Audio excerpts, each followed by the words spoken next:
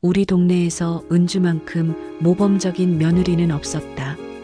어머니는 시장에서 만나는 아줌마들에게 늘 자랑하셨다.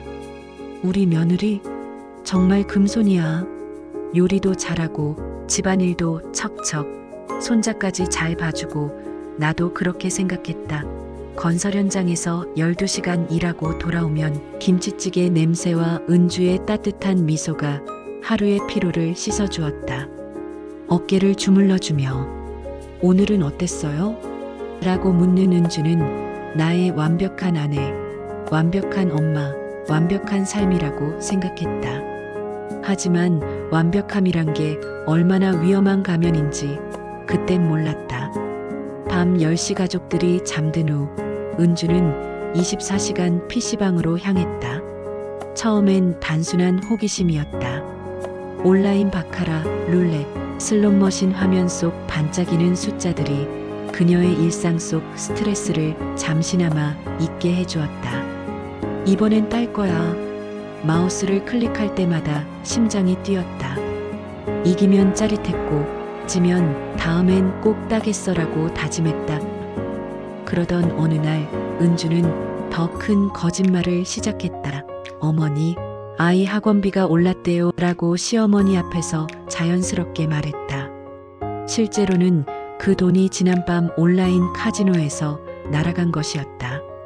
명희는 의심 없이 지갑을 열었다. 요즘 교육비가 참 비싸네. 그래도 우리 손자 교육이니까. 명희가 말했다.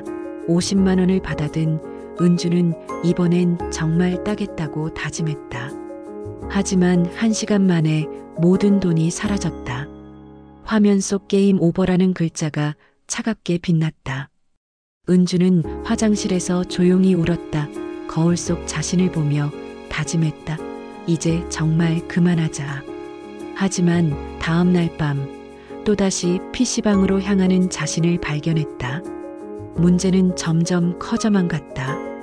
그러던 중 지훈이 신용카드 명세서를 들고 나타났다. 여보, 이 카드 내역이 뭐야? 새벽 2시, 3시에 찍힌 PC방 결제 내역들. 은주의 심장이 멎는 것 같았다. 아, 그게 친구랑 게임 좀 했어요. 새벽에? 매일? 지훈의 목소리에 의심이 스며들었다. 5년 결혼 생활에서 은주가 거짓말하는 모습을 본 적이 없었기에 더욱 충격적이었다. 요즘 스트레스가 좀 있어서 잠이 안 와서 라고 변명했지만 더 이상 설득력이 없었다. 은주는 방으로 들어가 이불을 뒤집어 쓰고 울었다. 그리고 마침내 결정적인 순간이 왔다. 명절 준비로 바쁜 어느 날 은주는 큰 실수를 저질렀다. 시어머니가 잠시 나간 사이 지훈의 통장에서 200만 원을 빼냈다. 이번에 크게 따면 모든 걸 정리할 수 있어라는 생각에 사로잡혀 있었다. 하지만 운은 따르지 않았다. 200만 원은 30분 만에 증발했다. 은주야, 내 통장에서 200만 원이 없어졌는데 혹시 봤나? 지훈의 목소리에 당황이 섞여 있었다. 은주는 온몸이 떨렸다. 몰라요. ATM 기록을 보니까 내 카드로 인출됐는데. 순간 모든 게 무너져 내렸다. 명희도 부엌에서 나와 두 사람을 바라봤다. 은주야? 설마. 진실이 밝혀지자 집안은 폭풍에 휩싸였다. 도박?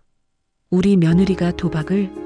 명희는 믿을 수 없다는 표정으로 의자에 주저앉았다. 총 얼마나 잃었어? 지훈의 목소리는 차갑게 식어 있었다. 은주는 떨리는 목소리로 대답했다.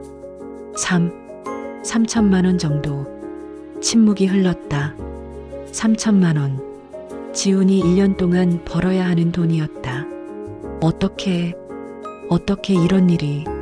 명희는 고개를 떨구며 중얼거렸다. 이번만 하면 그만둘 수 있다고 생각했어요. 정말로 그런 줄 알았어요.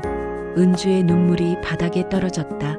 그때 지훈의 형 지성이 집을 찾아왔다. 소문은 이미 온 동네에 퍼져 있었다. 지훈아, 은주 병원에 데려가봐. 이건 의지의 문제가 아니야. 형, 뭔 소리예요? 그냥 돈에 눈이 먼 거 아닌가요? 아니다. 도박 중독은 질병이야. 뇌에서 일어나는 화학적 반응 때문에 스스로 통제할 수 없게 되는 거야. 지성은 정신과 의사였다. 그의 설명을 들으며 지훈과 명희는 조금씩 은주를 이해하기 시작했다. 그렇다고 해서 잘못이 없어지는 건 아니지만 혼자서는 절대 이겨낼 수 없어. 가족의 도움이 필요해. 그렇게 병원 상담실에서 은주는 처음으로 자신의 이야기를 털어놓았다. 처음엔 정말 재미로 시작했어요. 집안일, 육아, 매일 반복되는 일상이 너무 답답했거든요. 게임을 할 때만큼은 다른 세계에 있는 것 같았어요. 상담사는 고개를 끄덕였다. 이기면 짜릿했고 지면 분했어요. 그 감정이 너무 강렬해서 일상의 무료함을 잊을 수 있었거든요. 가족에게 미안하지 않으셨나요? 미안했죠. 하지만 이번만 크게 따서 모든 걸 갚고 깨끗하게 정리하자 라는 생각뿐이었어요. 그 생각이 계속 반복되다 보니까 은주는 말을 잇지 못했다. 상담 후 집에서 가족회의가 열렸다. 은주야, 우린 널 포기하지 않을 거야. 명희가 먼저 입을 열었다. 하지만 조건이 있어. 지훈이 종이를 꺼냈다. 모든 카드와 통장은 내가 관리한다. PC방과 스마트폰 게임은 완전 차단. 매주 상담받기. 그리고 명희가 덧붙였다. 거짓말은 이제 없어야 해. 힘들면 힘들다고, 하고 싶으면 하고 싶다고 솔직하게 말해. 은주는 고개를 끄덕였다. 네, 알겠어요. 치료 시작 일주일 후 은주에게 첫 번째 시험이 찾아왔다. 아이를 유치원에 데려다주고 돌아오는 길에 PC방을 발견했다. 발걸음이 저절로 그쪽으로 향했다. 한 게임만, 작은 돈으로. 하지만 은주는 멈춰섰다. 주머니에서 상담사가 준 카드를 꺼냈다. 도박하고 싶은 충동이 들면 즉시 전화하세요. 은주는 떨리는 손으로 전화를 걸었다. 선생님, 지금 정말 하고 싶어요. 어떻게 해야 할까요? 선생님이 말했다. 지금 어디 계세요? 즉시 그 자리를 떠나세요. 그리고 집으로 가서 가족에게 지금 상황을 말씀하세요. 집에 돌아온 은주는 명희에게 솔직하게 말했다. 어머니, 오늘 PC방 앞에서 정말 들어가고 싶었어요. 명희는 놀라지 않았다. 그랬구나. 그럼 어떻게 했어? 상담사 선생님께 전화해서 집으로 왔어요. 잘했어. 명희는 은주의 손을 잡았다. 숨기지 않고 말해줘서 고마워. 그때 은주는 깨달았다. 거짓말보다 진실이 혼자 견디는 것보다 가족과 함께하는 것이 얼마나 마음을 편하게 하는지를. 어느덧 시간이 흘러 한 달이 지났다. 은주는 매일 일기를 썼다. 오늘은 도박하고 싶은 마음이 들지 않았다. 아이와 놀아주는 시간이 즐거웠다. 남편과 대화를 나누며 웃었다. 작은 변화들이 쌓이기 시작했다. 요리할 때도, 아이와 놀아줄 때도 예전처럼 마음이 딴 곳에 있지 않았다. 엄마, 요즘 더 예뻐졌어. 아들의 순수한 말에 은주는 가슴이 따뜻해졌다. 하지만 완전한 회복의 길은 순탄하지만은 않았다. 3개월 후 은주는 실수를 저질렀다. 친구 결혼식에 갔다가 우연히 만난 사람들과 작은 내기를 했다.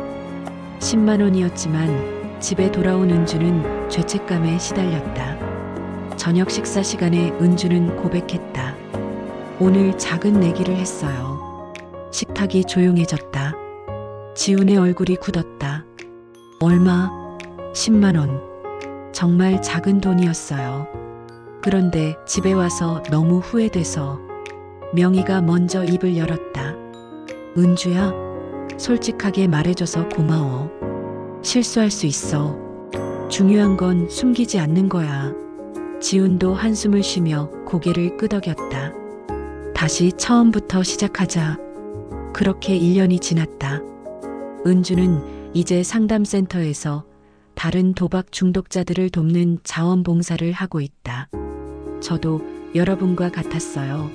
완벽한 며느리, 완벽한 엄마인 척하면서 뒤에서는 모든 걸 잃어가고 있었죠.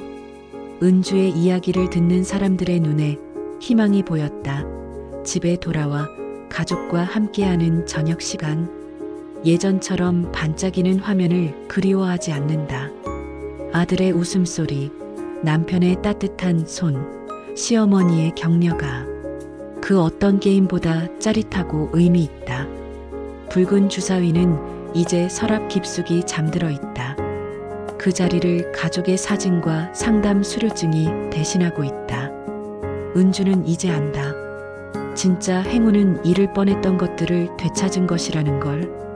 이 이야기는 많은 가정에서 벌어질 수 있는 현실적인 문제를 다루면서도 가족의 사랑과 이해, 그리고 전문적인 도움을 통해 극복할 수 있음을 보여줍니다. 여러분의 가정은 안전하신가요? 시청해 주셔서 감사합니다.